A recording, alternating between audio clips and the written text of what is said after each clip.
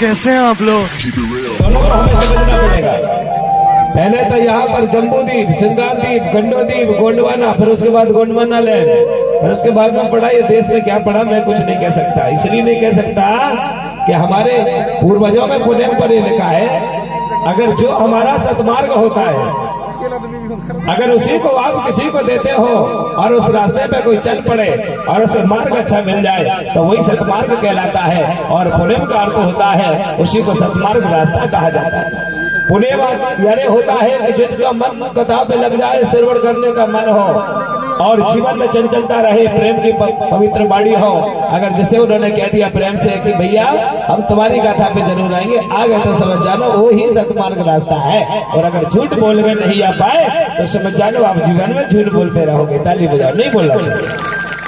हाँ, जब भी हो अगर हमने आप कह दिया ना किसी से कि बाबा हम आते हैं ना यार, हम भी जब भोले बाबा के दरबार में जाते हैं ना कथा पे, कहते हैं बाबा आज आ जाना ना, हम कथा सुनाने जा रहे हैं, तो बाबा आ जाते हैं और हम कथा सुना देते हैं। इसलिए हम बाबा के बाद में यहाँ पर पाबंदी रखते हैं कि बाबा हम जरूर आएंगे। इसलिए हमको ध्यान रखना है कि 12 बजे आपको आना है। आप जैसे ही पंडाल पे आ जाओगे मैं यहाँ आ जाऊंगा और आपको 12 बजे आना है। उससे पहले क्या करना है, अगर आपके दादा दाई घर पे नहीं आ पाते, यहाँ पर आपके साथ नहीं आ पा रहे घर से, कोई बात नहीं, पर आप गाथा सुनने जब आओगे तो एक काम करना, भैया बाबा के पांव पड़ के आ जाना, ताली बजाओ, बस इतना करना।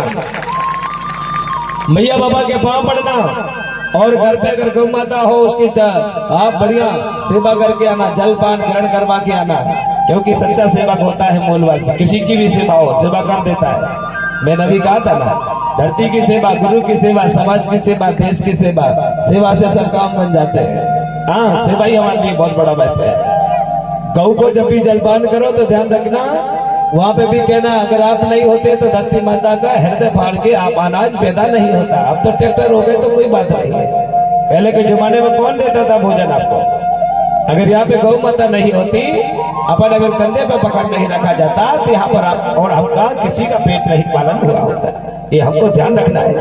गौ को भी वंदना करना है। अब आप कहोगे गुरु जी क्या करें, गौ के लिए आश्रम बनवा दे? नहीं, अरे आदिवासी इतना स्वच्छता और इतना गौ सेवक होता है, देश में तो सभी लोग सब कुछ बोल देते हैं। अगर आपको सेवा देखना तो मूलवासियों के पास चले जाओ। हमारे यादव परिवार हो, कोई भी परिवार में, SC ST OBC कोई भी हो, उनके घर में अगर एक गाय है और एक भैंस है और बैल है तो एक चरवाई होता है ना साहब, एक चरवाई होता है।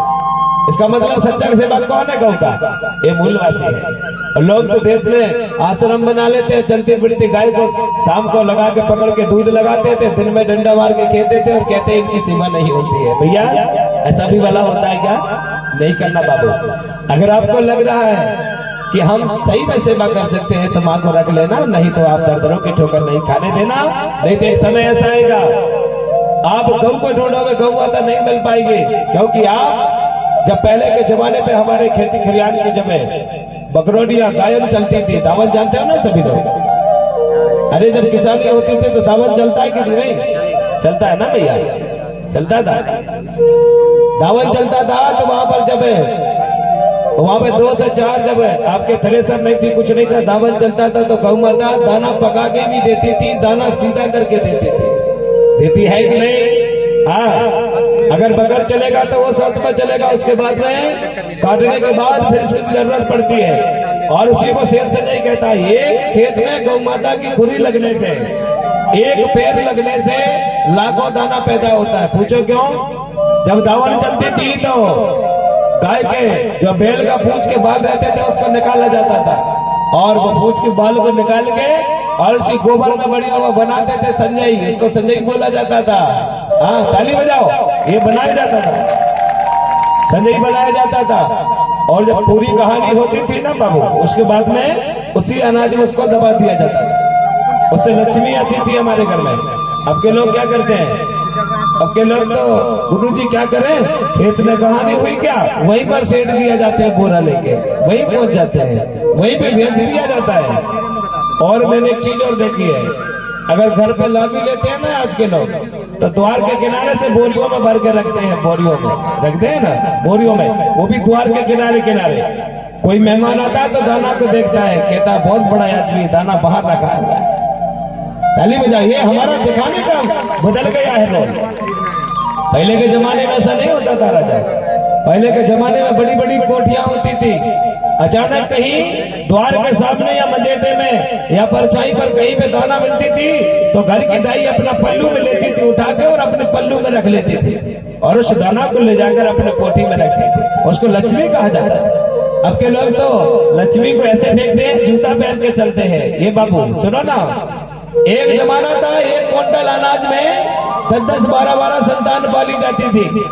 1 क्विंटल यानी 1 क्विंटल मक्का हो गया, 1 क्विंटल गेहूं हो गया, पौधे कुटकी हो गया, पूरी साल गुजर जाती थी और 12 लोग होते थे, 12 से 15 लोग।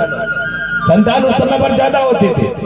अब तो 1 बेटा 1 बेटी है, घर में दादा दाई और पति पत्नी हो गए, कितने 6 लोग हैं और 6 लोग। और दाना कितना होता है मालूम है आपको? ए बाबू, दाना तो इतना होता है, अगर एक किसान सही में पका ले तो 100 क्विंटल से 50 से ऊपर होता है, किसी का 10 होता ही होता है। पता है ना भैया कैसा है? फिर भी आपके पास में समय आते तक दाना नहीं रह पाता है, आपको आते समय तक खाने को दाना नहीं बच पाता है।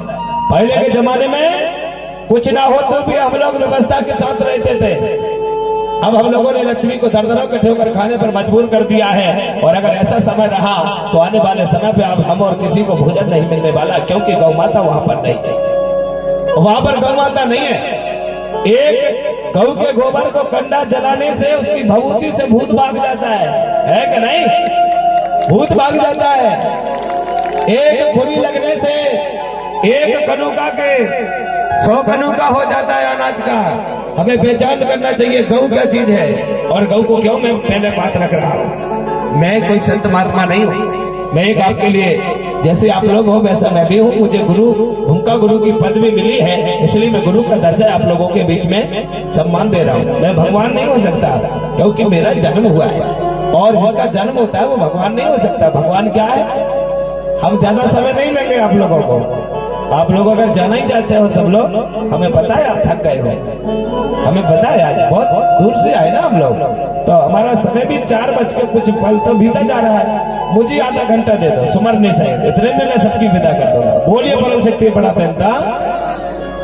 अगर आपको वीडियो पसंद आया तो वीडियो को लाइक करें और हमारे चैनल गोंडवाना के सुपर डेटा को सब्सक्राइब जरूर करें। जय सेवा, जय Gondwana. Subscribe now and press the bell icon.